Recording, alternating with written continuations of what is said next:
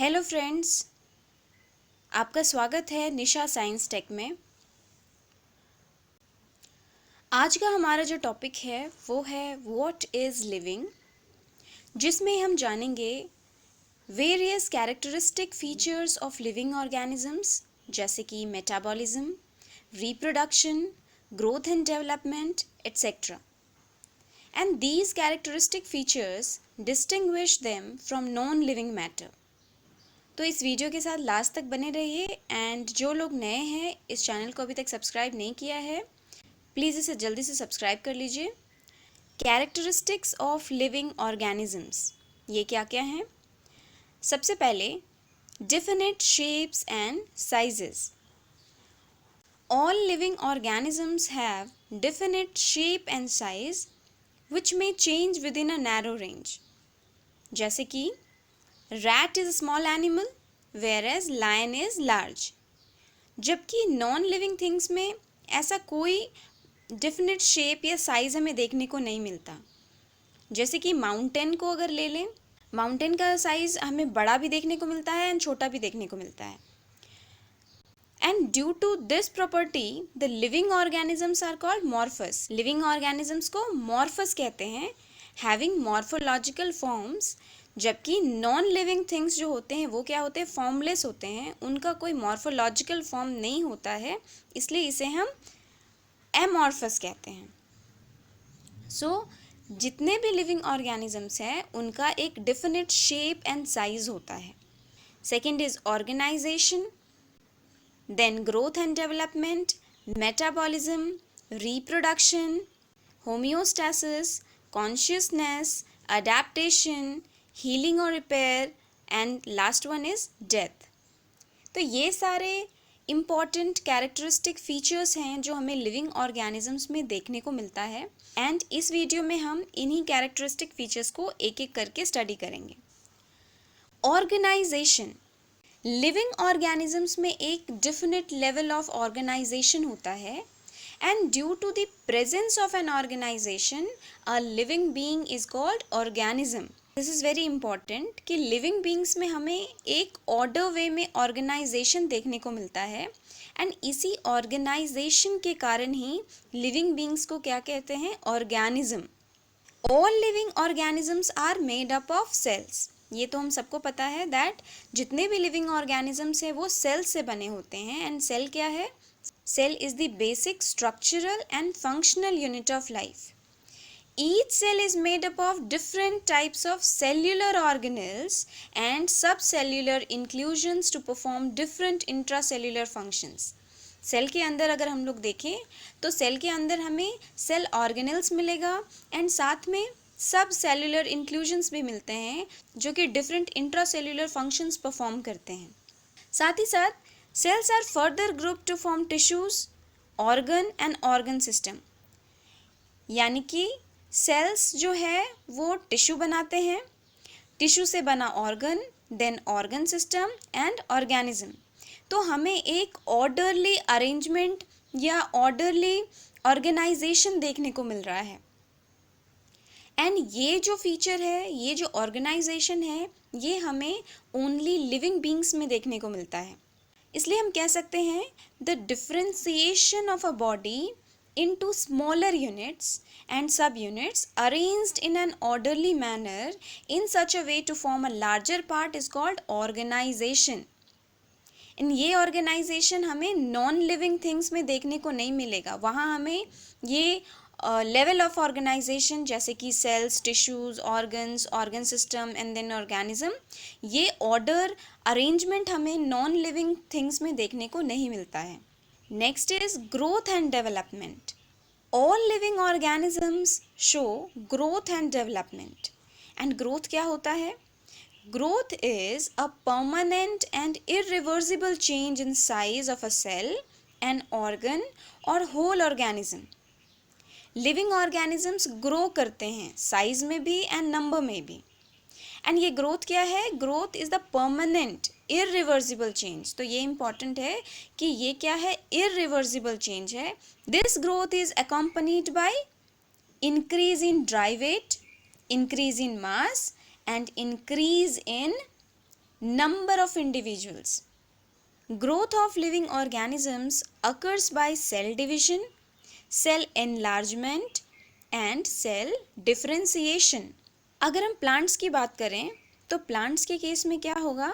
This cell division occurs throughout the life of plants. In case of animals the growth stops after a certain age. तो यहाँ cell division जो है वो cell division का process animals के case में एक particular age आने तक कम्प्लीटली नहीं रुकेगा. बॉडी के इनसाइड सेल डिवीजन का प्रोसेस होता है जिसमें कि बॉडी के अंदर सेल्स डिवाइड करते हैं एंड लॉस्ट और डेड सेल्स को रिप्लेस करते हैं. डेवलपमेंट क्या है? Development is the sum of changes that occur in an organ और an organism during its life time. अगर हम नॉन लिविंग थिंग्स की बात करें तो नॉन लिविंग थिंग्स भी ग्रोथ शो करते हैं but in terms of increase in body weight. For example mountains increase in size, but यहाँ जो ग्रोथ देखने को मिलता है it is due to deposition of matter from outside. And living organisms के केस में क्या है? The growth occurs from inside. इसलिए growth alone can not be considered as the defining property of living organism. Next is metabolism. ये metabolism बहुत important है and metabolism is the defining feature of living organism. All living organism show metabolism. ये metabolism क्या है? तो बहुत simple way में समझ सकते हैं कि metabolism is the sum total of all types of chemical reactions occurring in a cell. यानी कि सेल के अंदर जितने भी केमिकल रिएक्शंस और मेटाबॉलिक एक्टिविटीज़ होती है उसे हम मेटाबॉलिज्म कहते हैं. ये मेटाबॉलिक एक्टिविटीज़ दो तरह से हो सकते हैं. First anabolism and second catabolism. तो एनाबॉलिज्म क्या है? एनाबॉलिज्म इज कंस्ट्रक्टिव मेटाबॉलिज्म और इसे हम कंस्ट्रक्टिव प्रोसेस भी कह सकते हैं which involves the formation of complex substances from simpler ones. Example के लिए हम समझ सकते हैं फोटोसिंथेसिस. तो फोटोसिंथेसिस जिसमें ग्रीन प्लांट्स अपना फूड सिंथेसाइज करते हैं फ्रॉम सिंपलर सब्सटेंसेस.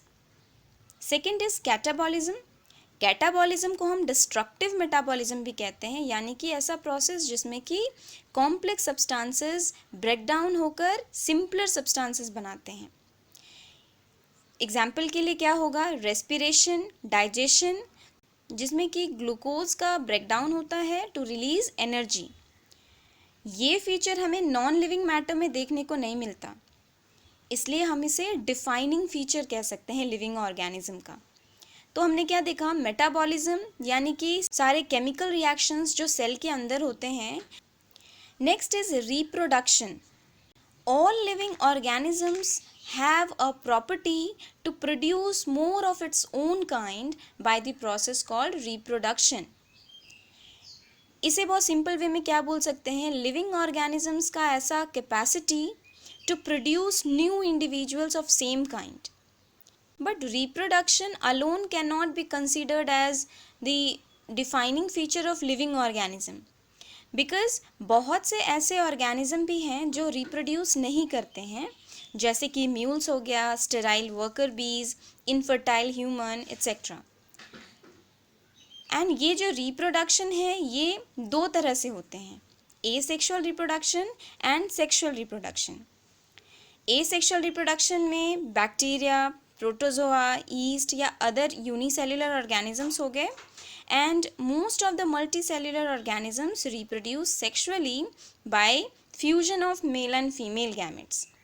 तो ये जो रिप्रोडक्शन का फीचर है ये हमें नॉन लिविंग थिंग्स में नहीं देखने को मिलता है. They can't reproduce. तो इस वे से हम समझ सकते हैं कि ये सारे फीचर्स जो हैं ये क्या है? ये सारे फीचर्स हेल्प करते हैं लाइफ को डिफाइन करने के लिए. एंड इन सभी फीचर्स से हम समझ सकते हैं कि लिविंग क्या होता है एंड लिविंग ऑर्गेनिजम्स क्या होते हैं. तो ये सारे फीचर्स जिसमें शो होंगे वो उसे हम लिविंग ऑर्गेनिजम्स कंसीडर कर सकते हैं. तो इस वजह से हमने क्या देखा कि all the living organisms have definite shapes and sizes. साथ ही साथ लिविंग ऑर्गेनिजम्स में एक लेवल ऑफ ऑर्गेनाइजेशन देखने को मिलता है. Cells, tissues, organs, organ system and last is organism. साथ में हमने देखा living organisms grow and develop. तो लिविंग ऑर्गेनिजम्स में ग्रोथ होता है। साथ में हमने स्टडी किया कि मेटाबॉलिज्म क्या है, यानी कि सारे केमिकल रिएक्शंस जो सेल के इनसाइड होते हैं। एंड साथ ही साथ हमने क्या देखा, रिप्रोडक्शन, यानी कि ऐसा प्रोसेस जो हमें लिविंग ऑर्गेनिजम्स में देखने को मिलता है, जिसमें कि living organisms produce new individuals of same kind. And ये रिप्रोडक्शन एसेक्सुअल भी हो सकते हैं एंड सेक्सुअल रिप्रोडक्शन। एंड आगे के जो भी कैरेक्टरिस्टिक्स फीचर्स हैं वो हम अपने नेक्स्ट वीडियो में डिस्कस करेंगे। Thank you.